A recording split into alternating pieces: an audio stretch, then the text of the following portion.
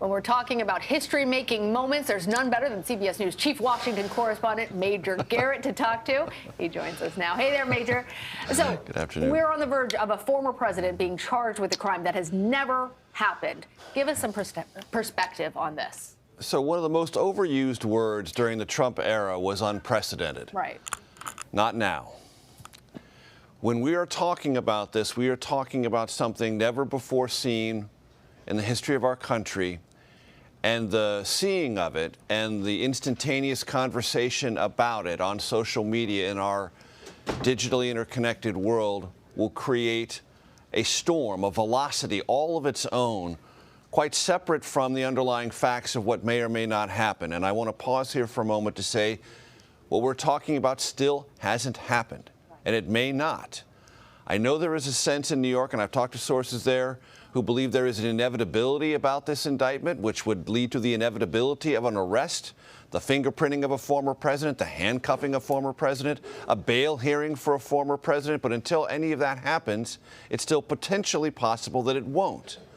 But if it does, we will be in completely uncharted waters. And that is to say, not that the rule of law shouldn't apply to the highest person in the land, meaning a former president or a current president. We have a Justice Department memo that says you can't do it on a current president.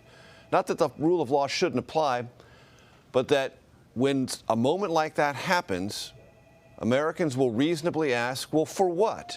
What is the charge? What is the crime? Is it really, really big? It must be really, really big if a former president is going to be brought into this judicial matrix. And when the answer comes back, well, the first charge is a misdemeanor, people might reasonably say, are you serious? A misdemeanor that is then attached to a felony, both of which could have a statute of limitations deadline coming up very soon? That will create for itself a sense of, wait a minute, is this the moment, and is this the charge, and is this the serious transgression worthy of bringing a former president before the bar as a handcuffed, accused defendant? That will create an enormous conversation in this country about what justice is or isn't, and it will, for the moment, properly or improperly obscure other investigations on much more comparatively serious matters. Classified documents by a special counsel, the events leading up to and on January 6th, the first insurrection in our country's history since the Civil War, or attempt to overturn an election in the state of Georgia. Those two investigations are going on, and they have their own velocity. But is this going to be the first one? And if it is, how will the country digest that? We simply cannot answer that momentous and history-making question. You know, Major, I'm curious now about, you said that perhaps this is something that is very likely going to happen. Inevitable, I think, was the term. Of course, inevitable being the arrest. But if it doesn't happen, I mean, there have been so many questions about as you mentioned, not the validity, but the weight of these charges. If there isn't an indictment, I'd like to pick your, political genius for a moment here. What do you think would be the impact to former President Trump and his run? And I guess if it is an indictment that follows, what does that mean for the presidency, the seat of the president of the United States? So for the seat of the presidency, it matters only in the sense that someone who might occupy that office in the future might be so similarly tempted. And I think the chances of that are pretty rare. These are charges that would arise from, let us remind ourselves, a hush money payment paid to a porn star about an extramarital affair that could have had damaging political consequences in the closing days of the 2016 campaign. That's the underlying premise that would lead to the charges. That's not what the charges will be about. The charges would be about filing false records about that transaction for that hush money payment. Would a future president be tempted in that sense? Probably not.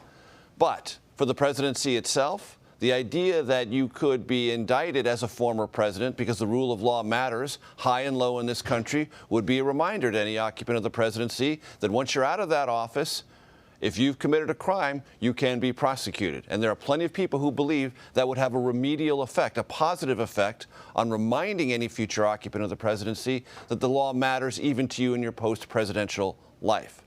But to the question of what would the political consequences be in the short term, the former president has made it no secret that he believes he will gain from this. He will say he's being persecuted, and he will become a judicial martyr to his supporters, and that might lead to more prominence, better poll numbers, and better fundraising. But there is also another part of the Trump experience that we all know, which is Trump fatigue. And if you think it's really real on the Democratic side or among independents, and there's reams of polling data to suggest that it is, it's also real among Republicans. I encounter that with some frequency. Will that fatigue be more powerful than that rallying effect around the former president? Impossible to know, but both will be there. You know, Major, when you talk about how Trump could potentially benefit from positioning himself as a political martyr of the justice system, I was having a conversation with Rebecca Royfee, we were earlier, about whether or not he would voluntarily surrender if an indictment is handed down.